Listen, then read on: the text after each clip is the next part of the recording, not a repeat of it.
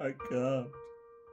I just can't do it. I can't see it go through any more pain. It's been through so much already. Why? Why does this keep happening? Please, stop. It's already dead. There is so little in here. That's all that's in my wallet. I can't cope anymore. As I'm sure everyone is aware by now, and I am probably very late jumping on the bandwagon, but jumping on the bandwagon I most certainly am. There has been a massive update from Games Workshop about the state of our beloved Middle-earth hobby, and I'm going to state that I'm in no way sponsored by Games Workshop, unless you want to. But this is going to be a short little video just going over my thoughts of the brand new box, the Battle for Edoras, which was teased yesterday. Also, can you see how quickly I was to try and get this done today? I've just been to the gym, I've just been out of shower, I'm not even dry yet. Mithril's still moist. So yes, when the Angmar stuff dropped not too long ago, we had the tease of a brand new edition dropping fairly soon, and no one really knew when that was going to be. We were kind of hoping it was going to be kind of next year-ish, so we could see the year out with the last Throne of Skulls using the current edition. That's looking increasingly less likely now, given what Games Workshop have just given us as of yesterday. Also, there's something to be said for creating a brand new supplement, a load of lovely models with brand new profiles, and then immediately invalidating them with a new rulebook. I'm sure it'll be fine. But yes, with the War in the Rohirrim film hitting cinemas, I believe, this December, which tells the story of Helm, Hammerhand, and Edoras under siege from Wulf and the army of Dunland, 200 years before the War of the Ring. Games Workshop have decided to give us a brand new edition of the game, a brand new starter box, all focused around the War of the Rohirrim, and have aptly entitled it The Battle for Edoras. Now, in this box, there are some of the most beautiful sculpts I have seen for a long, long time.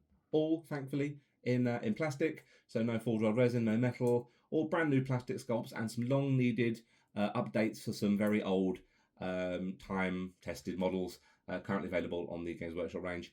So what is in this brand new starter set? Well, at the head of the Dunland side, we have Wulf, the leader of the Dunlandings, who was previewed a little while ago, being banished from Rohan after his father was slain by Helm Hammerhand, swearing vengeance onto Edoras and the people of Rohan. He is going to be a ferocious leader. As you can see, we've got him on foot and mount, and he is regaled out pretty much as regally as you'd expect a Dunland chieftain or leader to be.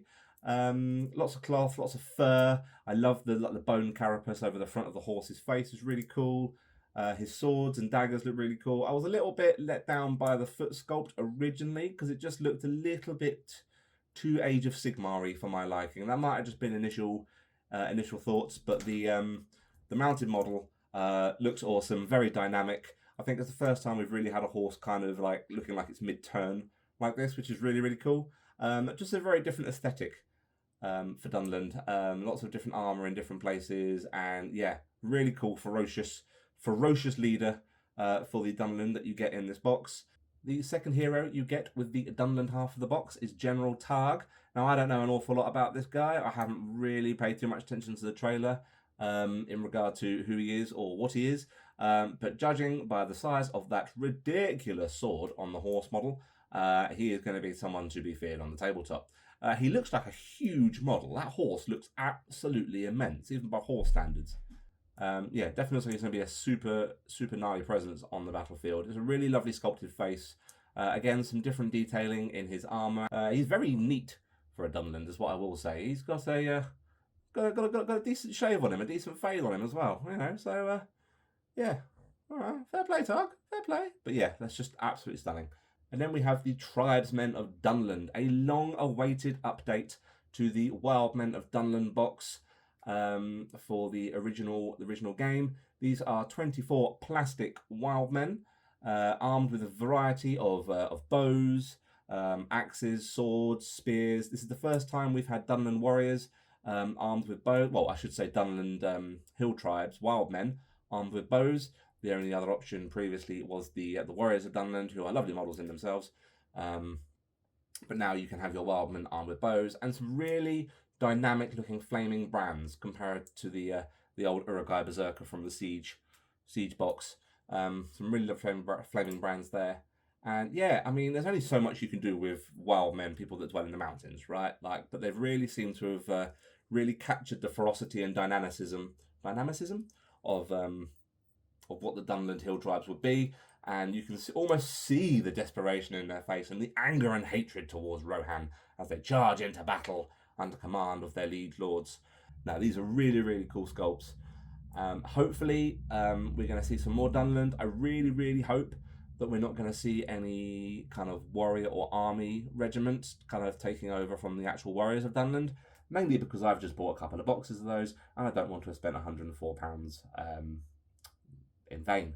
As lovely as the Dunland stuff is, you cannot have Dunland marching into Edoras without having a suitably stalwart and valiant Rohan force to oppose them, and all I can say is Games Workshop have most definitely delivered here. And starting off the Rohan side of the box, we have Haleth, Prince of Rohan, this guy, not this guy, who is the eldest son of Helm Hammerhand and heir to the throne of Rohan. Of course, on foot and mount, the beautiful mounted variant, the horse rearing up with that beautiful leather armour cladding over the sides of the horse, similar to Theoden, who had it over Snowmane in one of the original mounted sculpts there, and a really dynamic model to sit at the head of your Rohan armies. I'm not entirely sure, and this is the only real criticism I have with this model in particular, the face and the hair look a little bit weird, whether that's just photography or lighting or hopefully not a sculpting issue. I don't know, the hair just looks a little bit flat. Just doesn't quite sit well, but that beautiful Rohan armour with the plate work and the leather work all melded together, and the horse insignia all over the chest and down the front of the greaves. Absolutely stunning model otherwise. And another one that I just can't wait to paint. And then the second hero, we have Hammer, Prince of Rohan. This guy, not this guy, who is probably one of my favourite sculpts in the new box. I love that Games Workshop now are doing bows with actual arrows notched in them. I think it started with the Three Hunters Legolas, the Finecast Legolas with his hood up, and we've had quite a few since then, including some Galadrim actually. Some Galadrim warriors had arrows notched in their bows, but it's a really lovely feature, and I know I appreciate they can't always do it because spindly bits on moulds and sprues, and it's just a bit more to organise. But heroes like this, I think, need to have the actual arrow notched in, and it really brings a lot to the model. He is the youngest son of Helm Hammerhand, so in this box we have both sons of Helm leading the forces of Edoras, and he is by the look of it, a keen bowman, but also one to fear on horse as well, judging by that fearsome pose. A different take on the armour as well, slightly less regal than his brothers, which I suppose would make sense as his brother is the heir, but more bronzy, a little bit simplified. The hair and the face looking a little bit better on this sculpt, but again, just another really beautiful model. And that's the thing with Rohan models, is you can get the dynamic poses and the really action-packed poses on horseback, which is where they're generally going to be. And then the foot models don't, I suppose, need to be super dynamic, because it just shows off the character then. And it's a really lovely balance of being able to show off the character and show off the sculpt. I'm loving these cloaks as well, even though you can't really see the reverse of them. The detail on these cloaks is, I told you it was going to be a gushing video. But, as a big but here, as awesome as all of these are, as awesome as the Rohan heroes are, and as cool as the Dunlandings look, there is one thing that has made me super happy and also potentially super sad at the same time. And that is the brand new plastic Warriors of Rohan. Oh my days. This box, or this set of models, looks absolutely phenomenal. And you can see what looks like they've done. Looks like they've taken quite a lot of the old original sculpts and not necessarily given us a whole brand new box, but they've sort of like just tightened them up a little bit and just updated them. You've got the spear throwing guy who looks very similar to the original spear throwing guy. You've got the guy with the arrow notched, who again looks very similar to one of my favourite archer poses from the original box. You've got the guy that's actually firing arrows again, very similar to the guys who were firing arrows in the original box, and the guy running forward with the sword, very similar to the sword running guy. It's really nice that they seem to have paid homage to the original box, but also have realised that, yeah, Rohan is probably one of the most popular armies in the range, and definitely needed some kind of tarting up and some kind of love to really like bring the army full force. And what better chance to bring them to the forefront than the War of the Rohirrim and the Battle for Edoras box? I mean, I am so excited, and when I say I'm super happy and super sad, obviously it's fairly obvious why I'm super happy. I've just explained that, but super sad because if this box comes out separately to the starter box as the brand new Warriors of Rohan box, then my wallet is going to be so sad, so much sadder than it has been for a long time, because I am going to want an army of these. And also, if this has happened, then there's no telling if they're going to update the plastic Riders of Rohan as well. And at that point, I may as well just wave goodbye to any kind of money, because if this is what they've done with the plastic warriors, can you it's making me make all the hobby noises, all the excited hobby noises for what could potentially be coming. It looks like they've scaled back the complexity of the box a little bit, as you only get 24 warriors a side and 2 heroes. So none of this, one side gets a troll, but one side gets, I don't know, Faramir, Damroth, Madril, 3 heroes. So it seems like they've scaled it back and brought it back to a slightly more simpler way of running the box, which is good. It also does make you wonder if army composition is going to stay kind of the same, because you've got the 24 warriors and 2 heroes, which can break down into 2 warbands of 12 led by a hero. So I don't know if army composition is going to stay the same or if that will be different. Again, we've got a brand new 176-page rulebook, which I am itching to get a hold of. If nothing else, just to make sure that I can still run my Isengard army as I want to run it for the Throne of Skulls. Please, don't make me wait too long to find that out. Please. But also in the box, you get a 3x3 player mat. Now, 3x3 is interesting.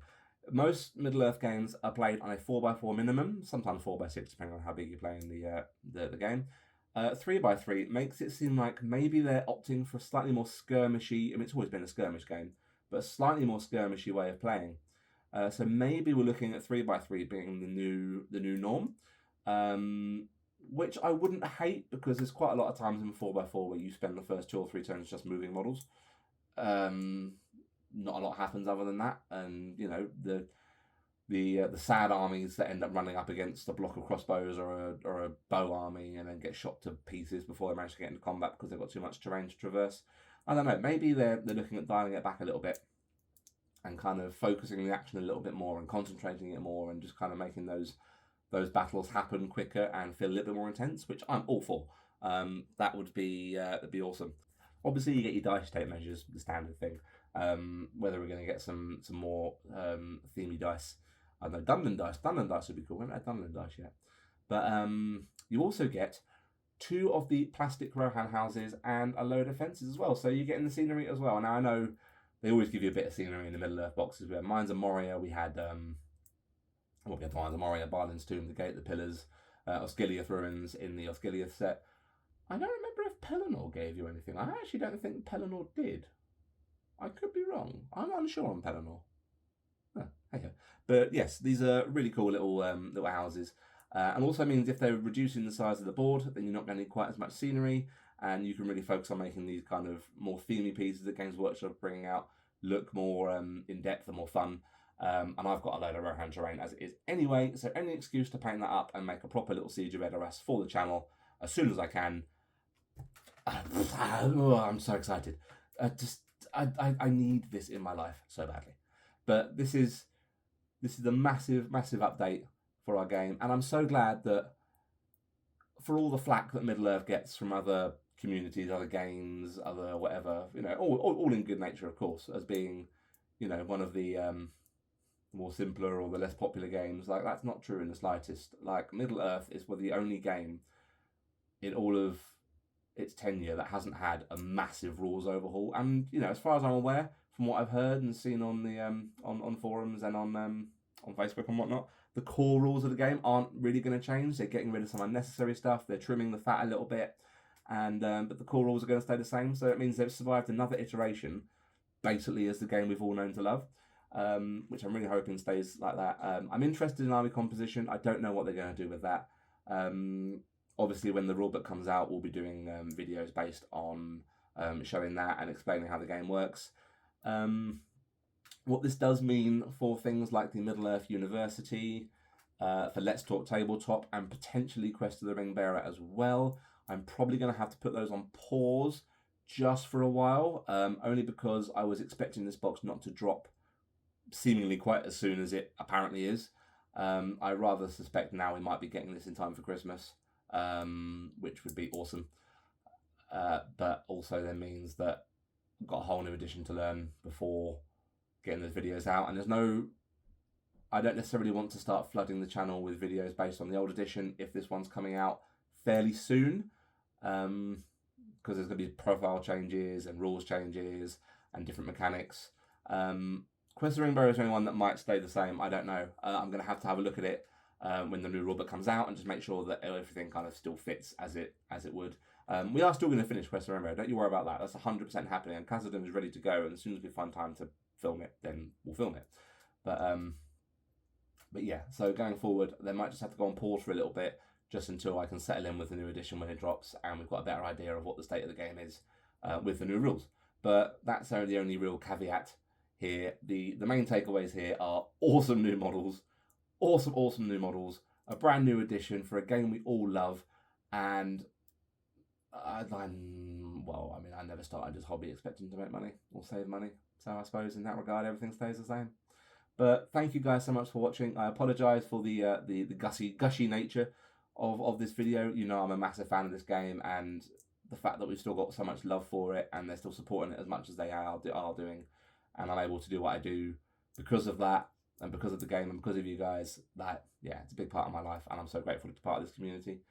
Don't forget to check out my Patreon. We've got guides there, and our Ultimate Painting Guide conversion there, as well as the Ultimate Beginner's Guide. Please don't forget to like, subscribe.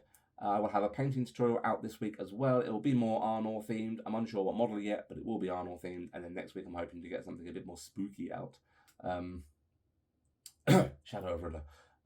Oh, yes, thank you guys so much for watching. Apologies for the gushy ranty video, and I hope you're all as excited as I am. But until next time, guys, take care, and as always, happy hobbying. Bye, guys.